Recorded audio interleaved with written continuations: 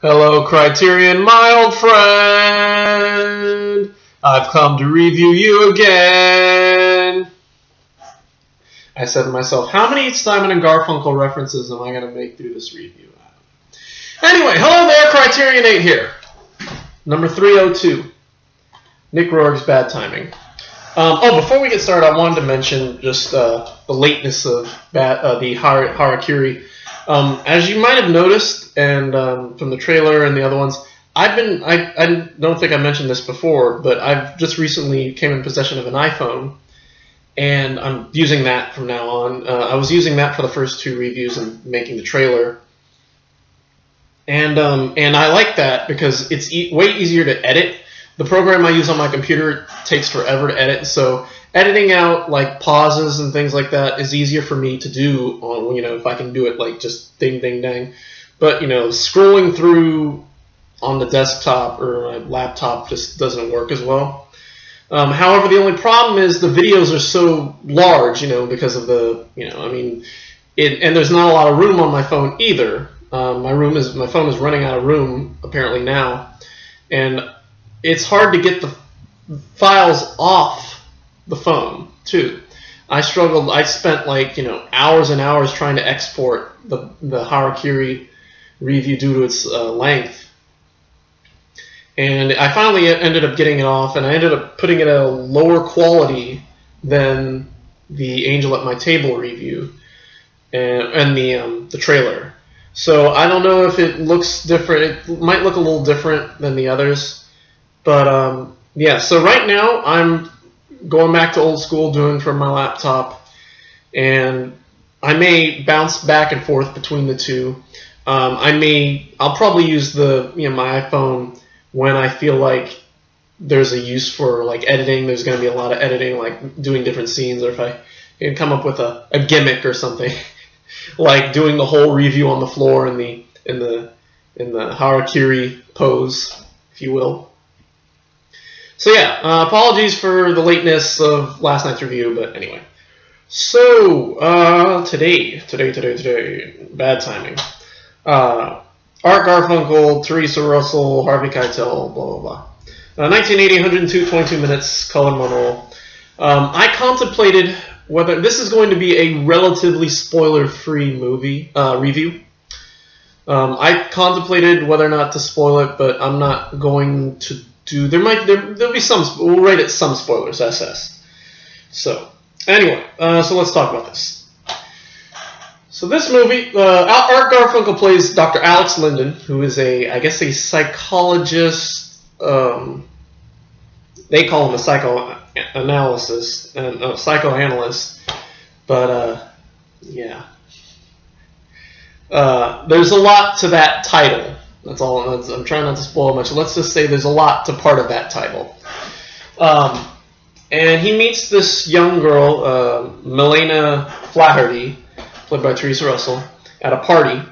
And they have this affair, and they have sex all the time, and stay in bed, and blah, blah, blah. And he becomes a little obsessed with her, and he sees her out with other girls, other guys, and they end up kind of just fighting over it, and he ends up becoming a little more obsessive and controlling over time. And the rest of the scene, to the point where toward the end she ends up committing suicide and taking pills, and she's rushed out to the hospital. And the whole movie is told between the present time and flashbacks and things like that. So we see her in the hospital, and then we see her, we see Milena with Alex in the earlier days. And the inspector, played by Harvey Keitel, is kind of grills Alex throughout, because he's starting to think there's something that doesn't add up with the story. And that's basically the movie. I don't want to say any more about it. This is our second Nick Rourke. I'm going to call him Rogue. Nick Rourke. It's our second Nick Rourke film since Walkabout, and he definitely made up for it. I personally could not stand Walkabout. I thought it was a dumb movie. And yeah, I mean, there's one thing that, I mean, the story itself is, let's just say it's pretty creepy. It's very, very creepy, especially the ending. Not to say anything about that. But what really sold me about this movie was the soundtrack. I didn't know how to feel about it at first because within about 5 to 10 minutes of the movie, you hear Pachelbel's Canon, which is one of the most annoyingly overused soundtracks pieces of all time. It's one of the worst musical themes I've ever heard because it's so repetitive.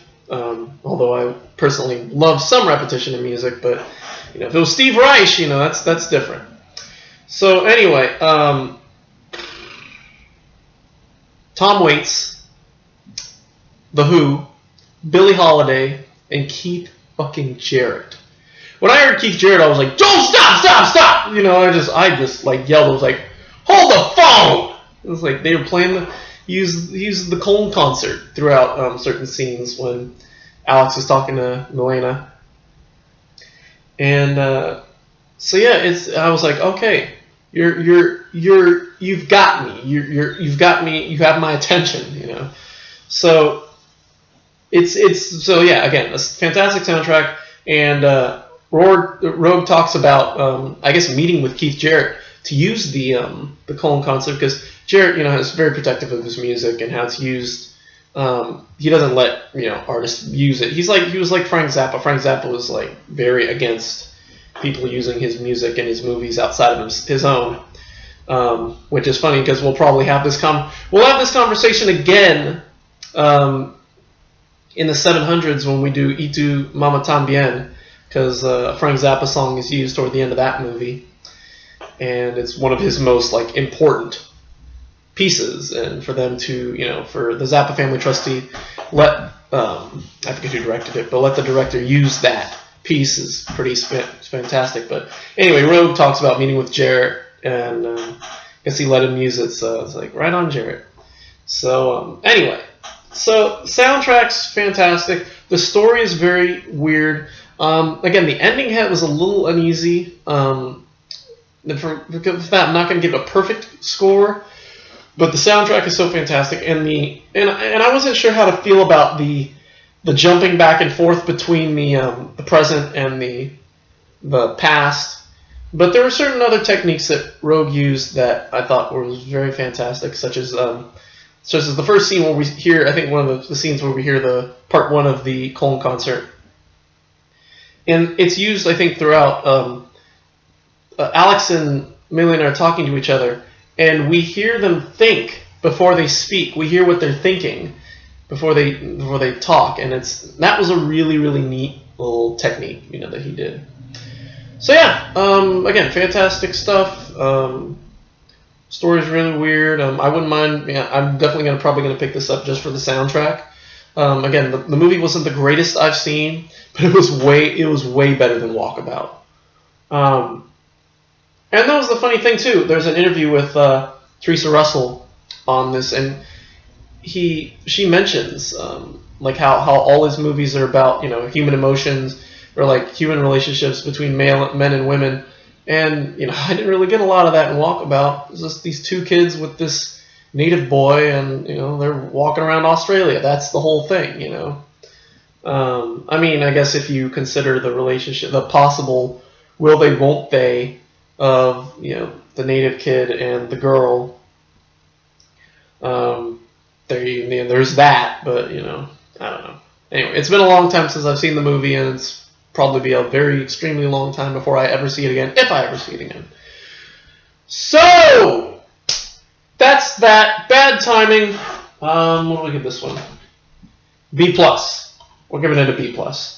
It's again, fantastic soundtrack. If you love The Who, if you love Who Are You in particular, which is used extremely effectively, and Rogue mentions this in his interview. And I didn't know how to feel about Art Garfunkel too, because I was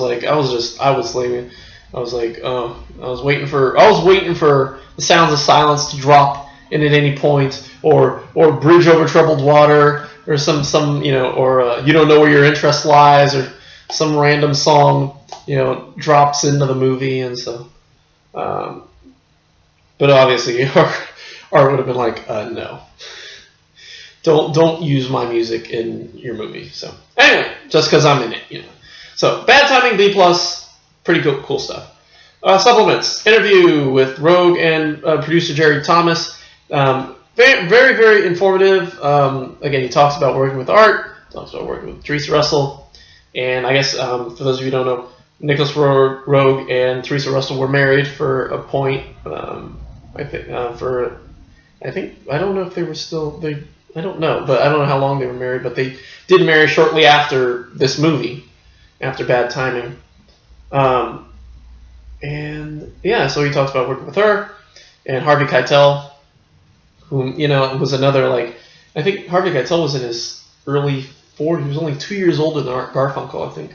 Art Garfunkel was 39 around the time of this movie, and Harvey Keitel was 41. So I know him mostly for his movies in the 90s. He was a lot older, and so to see him a little bit younger is, was really neat. So, and again, he talks about using the soundtrack, and he mentions that apparently that was one of the big reasons why the movie wasn't released on home video until this. Apparently, this was the very first time.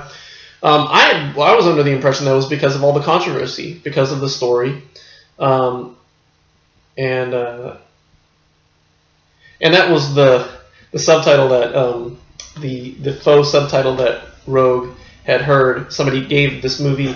They called it a sick movie for sick people, made by sick people, or something like that. And I can see what they mean. It is a very disturbing movie. I liked it personally. I didn't think it was that disturbing. It's not sallow disturbing. This is not sallow disturbing. Nothing could be sallow disturbing. Although there is Antichrist. And we'll see what happens there. So anyway, so interview with a very cool interview with Teresa Russell, talking about her acting. There's 16 deleted scenes with this. 8 of them have sound, 8 of them don't. A lot of them are just very, very supplemental scenes. So they're cut just for time. Some of them though do add a little something, when Melina and Alex meet each other run into each other at a party, and she ends up freaking out in front of him and in front of the whole crowd. So that was interesting. And some posters, trailer, and all that good stuff. So anyway, and I wish, and it says that the booklet has a 1980 interview with Art Garfunkel, and the copy I got from the library doesn't have the booklet in it, so that sucks. So I'll enjoy reading. I'd love to read his interview with it. So anyway, that's it. Bad Timing, pretty good movie. Check it out. Soundtrack's awesome, but not for the faint of heart. Anyway, so that's it for today, probably.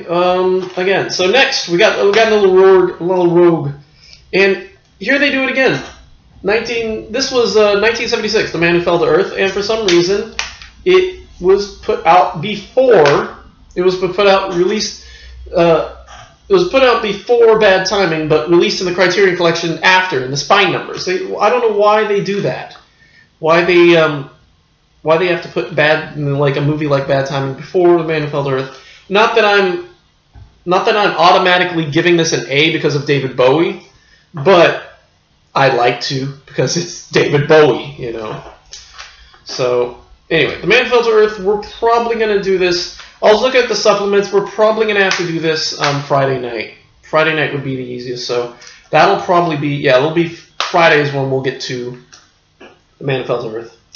And then Sunday, Budo Saved from Drowning. Although we might do this Saturday too. This might be a rare. Oh no. Sorry, Sunday. Sunday we will get to Budo Saved from Drowning. Although, again, I don't know. Sunday I might be busy too. Definitely Monday. Monday we'll probably do that and Les Samurai, depending on whether or not Les Samurai comes before Monday, because I put a hold on it, so it should be on its way. I know Naked's on its way. Because this is a pretty short one. Budo Safe from Drowning is only 84 minutes, and the supplements probably aren't that much. There probably aren't supplements will probably take not as long. So if we have time for this one and the Samurai, we'll do 2 on Monday. And that's it. So that's for me. Thank you for watching. Don't make sex your whole relationship because it'll be your downfall.